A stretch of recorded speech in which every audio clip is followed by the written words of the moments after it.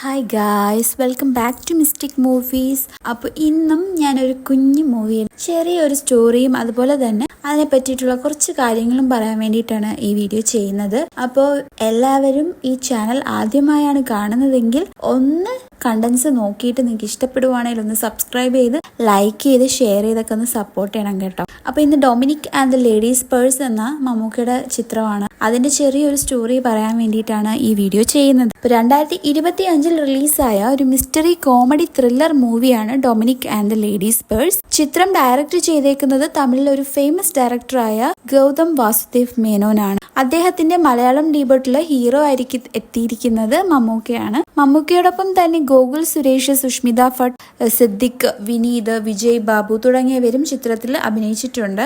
അപ്പോൾ എന്താണ് ചിത്രത്തിന്റെ ഉള്ളടക്കം എന്ന് അറിയാൻ വേണ്ടിയിട്ട് എല്ലാവർക്കും ആകാംക്ഷ കാണും.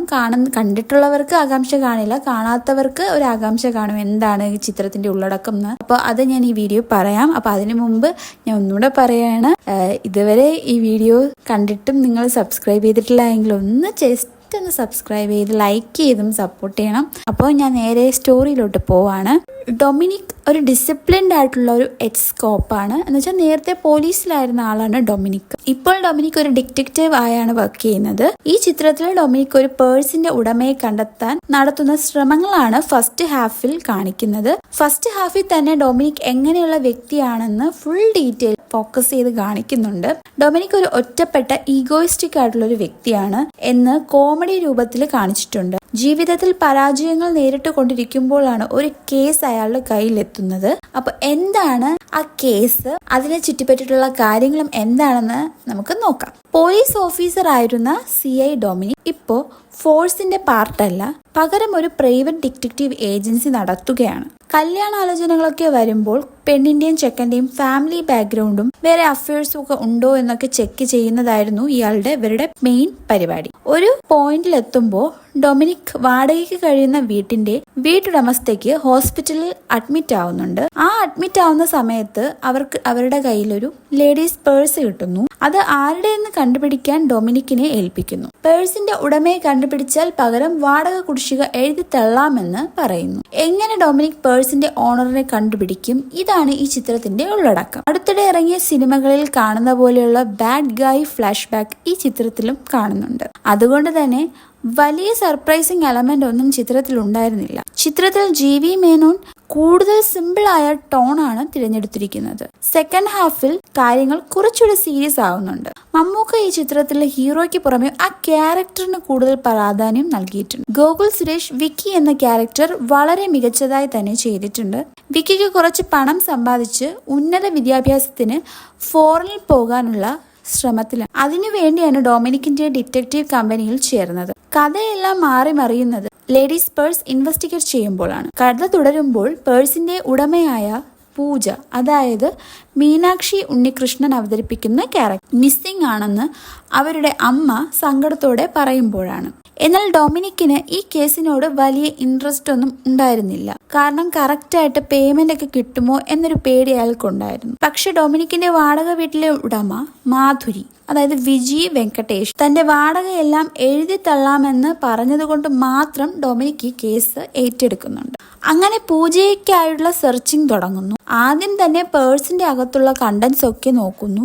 അതിൽ നിന്ന് ഒരു കാര്യം അവർക്ക് മനസ്സിലാകുന്നു. അതായത് ഈ പേഴ്സ് കണ്ട ഹോസ്പിറ്റലിൽ തന്നെയാണ് ഈ പൂജയെ അവസാനമായി കണ്ടത്. പൂജ കൂട്ടുകാരോടൊപ്പം താമസിച്ചിരുന്ന വീട്ടിൽ ഡൊമിനിക്കും വിക്കിയും എത്തുന്നു. പൂജയ്ക്കൊരു അഫയർ ഉണ്ടായിരുന്നെന്നും അയാളോടൊപ്പം അവൾ പോയെന്നും കൂട്ടുകാർ പറയുന്നു. ആ കാമുകനെ കറക്റ്റായിട്ട് കൂട്ടുകാർക്ക് അറിയില്ല എന്നും പറയുന്നു. പൂജ വളരെ സീക്രട്ട് ആക്കിയാണ് വെച്ചിരുന്നത് എന്നും അറിയിക്കുന്നു. ഡൊമിനിക്കിന് പൂജയുടെ ലാപ്ടോപ്പ് കിട്ടുന്നു. അങ്ങനെ ലാപ്ടോപ്പ് പാസ്വേഡ് ഒക്കെ ക്രാക്ക് ചെയ്ത് ഓപ്പൺ ചെയ്യുമ്പോൾ പൂജയുടെയും ബോയ്ഫ്രണ്ടിന്റെയും മൂന്നാർ ഹോട്ടലിൽ വെച്ചിട്ടുള്ള ഒരു വീഡിയോ കാണുന്നു. ബോയ്ഫ്രണ്ട് മുഖം മറച്ചു വെക്കുന്നത് കൊണ്ട് തന്നെ വ്യക്തമാകുന്നില്ല. അങ്ങനെ ഡൊമിനിക് പൂജയുടെ മിസ്റ്റീരിയസ് കാമുകനായ കാർത്തിക്കിനെ തപ്പിയിറങ്ങുന്നു. അങ്ങനെ മൂന്നാറിലെ കാർത്തിക്കിന്റെ വർക്ക് പ്ലേസിൽ അവന്റെ ബോസിനെ കാണുന്നു.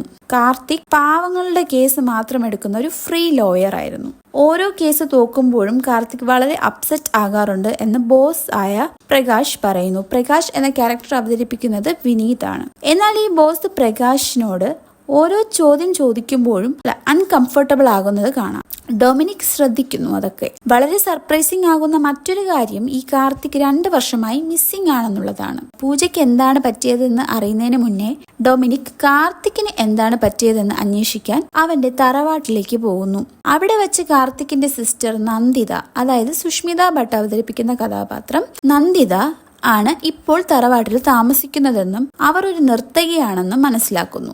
നന്ദിതയാണ് കാർത്തിക് ഉണ്ടാക്കി വെച്ച കടങ്ങളൊക്കെ അടച്ചു തീർക്കുന്നതെന്നും കടക്കാരുടെ വായിലിരിക്കുന്നത് കേൾക്കുന്നതെന്നും ഡൊമിനിക് മനസ്സിലാക്കുന്നു. അവൾക്ക് 15 വയസ്സുള്ളപ്പോൾ തന്നെ ഒരു ഹാർട്ട് പ്രശ്നമുണ്ടായിരുന്നെന്നും കഷ്ടിച്ച് രക്ഷപ്പെട്ടതാണെന്നും കൂടെ കഥയിൽ കാണിക്കുന്നുണ്ട്. നന്ദിത തമിഴ്നാടും കൊൽക്കട്ടയിലും ഒക്കെ പോയി വ്യത്യസ്ത ഡാൻസ് ഫോംസ് പഠിച്ചതെന്ന് ഡൊമിനിക്കിനോട് പറയുന്നു. ഇത് ശരിയാണോ എന്ന് അന്വേഷിക്കാൻ ഡൊമിനിക് തമിഴ്നാട് പോകുന്നു. എന്നാൽ ആ ട്രൂപ്പ് നടത്തിയ ആളിപ്പോൾ അവിടെ ഇല്ലായിരുന്നു. കാർത്തിക്കിന്റെ ഒരു കൂട്ടുകാരനെ ചോദ്യം ചെയ്ത അടിസ്ഥാനത്തിൽ പ്രകാശിനെ ഡൊമിനിക്കും വിക്കിയും പിടികൂടുന്നു. അപ്പോഴാണ് കാർത്തിക്കിന് എന്താണ് സംഭവിച്ചതെന്ന് പറയുന്നത്. ടോണി, അതായത് വിജയ് ബാബു അവതരിപ്പിക്കുന്ന ക്യാരക്ടർ, ടോണിയും പ്രകാശിനെയും ഒരുമിച്ച് കണ്ടപ്പോൾ മുതൽ കാർത്തിക് വളരെ നിരാശയിലായിരുന്നു. കാരണം ടോണി കാർത്തിക് വാദിക്കുന്ന കേസിലെ എതിർകക്ഷിയായിരുന്നു. അങ്ങനെ ഒരിക്കൽ കാർത്തിക് ബൈക്കിൽ പോകുന്ന സമയം ടോണിയും പ്രകാശും അവനെ ഫോളോ ചെയ്യുന്നു. പിന്നെ കാർത്തിക് ഒരു കായലിൽ വീഴുന്നത് അവർ കാണുന്നു. പിന്നെ അവനെ കണ്ടിട്ടേ ഇല്ല എന്ന് പ്രകാശ് പറയുന്നു.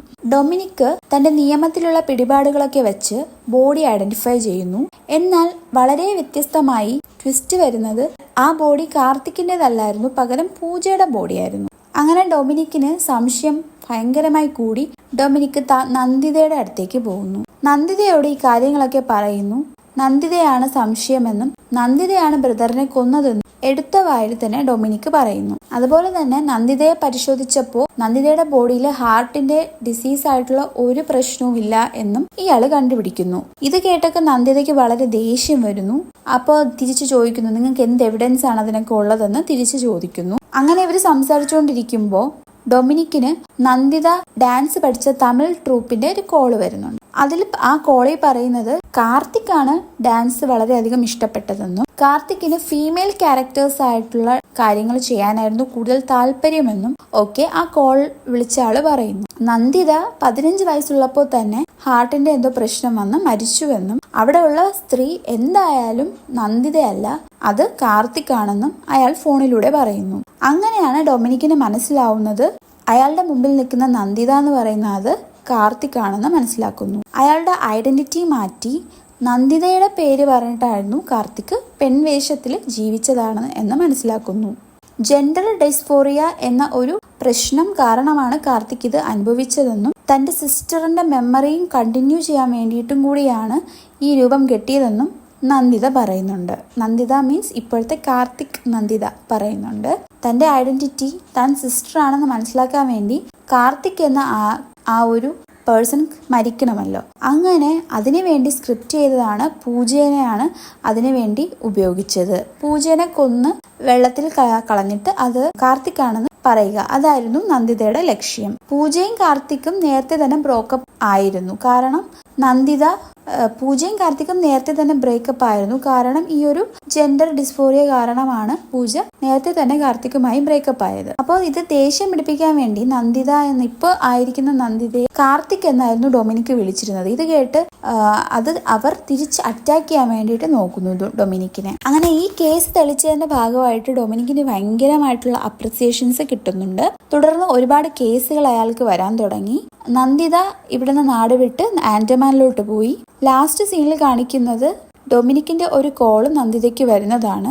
അതായത് ഡൊമിനിക് നന്ദിതയെ ആൻഡമാനിൽ വെച്ചും പിടികൂടി എന്ന് കാണിച്ചുകൊണ്ടാണ് ലാസ്റ്റ് ക്ലൈമാക്സിൽ കാണിക്കുന്നത്. അപ്പോൾ നല്ലൊരു മൂവിയാണ്, എനിക്ക് നല്ല ഇഷ്ടപ്പെട്ടു. കാരണം കുറച്ച് ത്രില്ലർ ആയിട്ടുള്ളത്, കോമഡി ഉണ്ട്, ത്രില്ലർ ഉണ്ട്, മിസ്റ്ററി ഉണ്ട്, എല്ലാം കൂടെ കൺട്രോൾ ചെയ്ത് വെച്ചേക്കുന്ന ഒരു ഫിലിമാണ്. അപ്പോൾ എല്ലാവർക്കും ഈ മൂവി എന്തായാലും ഇഷ്ടപ്പെടും എന്നാണ് ഞാൻ കരുതുന്നത്. കാരണം ഒരു ത്രില്ലർ മൂവിയാണ്, ഇൻവെസ്റ്റിഗേഷൻ മൂവിയാണ്. പിന്നെ ഈ മൂവിയിലെ ക്യാരക്ടേഴ്സിനെ പറ്റി പറയുകയാണെങ്കിൽ മമ്മൂക്ക ആ ക്യാരക്ടർ നന്നായിട്ട് തന്നെ ചെയ്തിട്ടുണ്ട്. പക്ഷെ ചില ഇടങ്ങളിൽ നമുക്ക് റിയലിസ്റ്റിക് ആയിട്ട് ഫീൽ ചെയ്യില്ല. കാരണം ആദ്യം ഒരു താല്പര്യം ഇല്ലാതിരുന്ന ആള് പെട്ടെന്ന് ഭയങ്കരമായിട്ട് താല്പര്യം വരുന്നതൊക്കെ കാണുമ്പോൾ നമുക്ക് വിശ്വസിക്കാൻ പറ്റില്ല. അതുപോലെ തന്നെ പണത്തിന് വേണ്ടി മാത്രം ചെയ്യുന്ന പ്രവൃത്തിയായിട്ട് നമുക്ക് പലപ്പോഴും ഫീൽ ചെയ്യും. അത് ഒരു നമുക്ക് പെട്ടെന്ന് അക്സെപ്റ്റ് ചെയ്യാൻ പറ്റില്ല, ക്യാരക്ടറിനോട് പെട്ടെന്ന് അക്സെപ്റ്റ് ചെയ്യാൻ പറ്റില്ല. പിന്നെ ചില കള്ളങ്ങളൊക്കെ പിടിക്കുന്ന കാണുമ്പോൾ ഇത്ര ബ്രില്യൻ്റ് ആയിരുന്നു, പിന്നെ എന്തിനാണ് ഇങ്ങനെ കോമഡി ആക്കുന്നത് എന്നൊക്കെ നമുക്ക് തോന്നും. കാരണം ഒരാൾ കള്ളം പറഞ്ഞാൽ പെട്ടെന്ന് മനസ്സിലാവുന്നു, പക്ഷെ നേരത്തെ അങ്ങനെ അല്ലായിരുന്നു. അങ്ങനത്തെ ഒരു കൺഫ്യൂഷൻ ഫീൽ ചെയ്യും മൂവി കാണുമ്പോൾ. അങ്ങനത്തെ കുറച്ച് കാര്യങ്ങൾ മാത്രമേ ചിത്രത്തിൽ ഞാൻ കണ്ടുള്ളൂ. ഓവറോൾ എനിക്ക് മൂവി ഇഷ്ടപ്പെട്ടു. ആ ഒരു ട്വിസ്റ്റൊക്കെ നമുക്ക് എക്സ്പെക്ട് ചെയ്യാൻ പറ്റിയ ട്വിസ്റ്റുകളായിരുന്നു ഉണ്ടായിരുന്നത്. നമ്മൾ വിചാരിച്ച ഇപ്പം എനിക്ക് കാണുന്നതിന് മുന്നേ തന്നെ മനസ്സിലായിരുന്നു ഈ സിസ്റ്റർ ആയിരിക്കും ആളെന്ന്.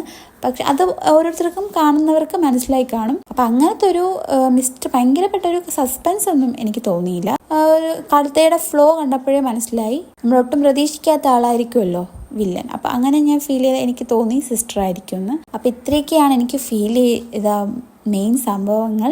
അപ്പോൾ നിങ്ങൾക്കും മൂവി ഇഷ്ടപ്പെടും എന്ന് ഞാൻ കരുതുന്നു. OTT റിലീസ് ആയിട്ടുണ്ടോ എന്ന് എനിക്ക് അറിയില്ല, ആയിട്ടുണ്ടെന്ന് തോന്നുന്നു. അപ്പോൾ എന്തായാലും കണ്ട ആൾക്കാരുണ്ടെങ്കിൽ നിങ്ങളുടെ അഭിപ്രായം എന്തായാലും കമൻറ്റ് ചെയ്യാൻ മറക്കണ്ട. ഇനി കാണാത്തവർ എന്തായാലും കണ്ടിട്ട് നിങ്ങളുടെ അഭിപ്രായം എന്നെ പോലെ സെയിം ആണെങ്കിൽ ഒന്ന് കമൻറ്റ് ചെയ്യണം. പിന്നെ സബ്സ്ക്രൈബ് ചെയ്യുന്ന കാര്യം മറക്കരുത്. ആരും തന്നെ ചാനൽ സബ്സ്ക്രൈബ് ആക്കാതെയാണ് കാണുന്നത്. അപ്പോൾ എല്ലാവരും ഒന്ന് സബ്സ്ക്രൈബ് ചെയ്താൽ ഞാൻ കൂടുതൽ വീഡിയോസായിട്ട് പിന്നെയും വരാം. നിങ്ങൾക്ക് എന്തെങ്കിലും സജഷൻസ് ഉണ്ടെങ്കിൽ ഒന്ന് കമൻറ്റ് ചെയ്താൽ മതി. അത് നെഗറ്റീവ് ആയാലും പോസിറ്റീവ് ആയാലും കുഴപ്പമില്ല. അപ്പോൾ ഇത്രയൊക്കെ ഉള്ളൂ ഇന്നത്തെ വീഡിയോയിൽ. അപ്പോൾ വീഡിയോ ഇഷ്ടമായാലും ഒന്ന് ലൈക്ക് ചെയ്യണം കേട്ടോ. അപ്പോൾ ഇത്രയേ ഉള്ളൂ. Bye guys.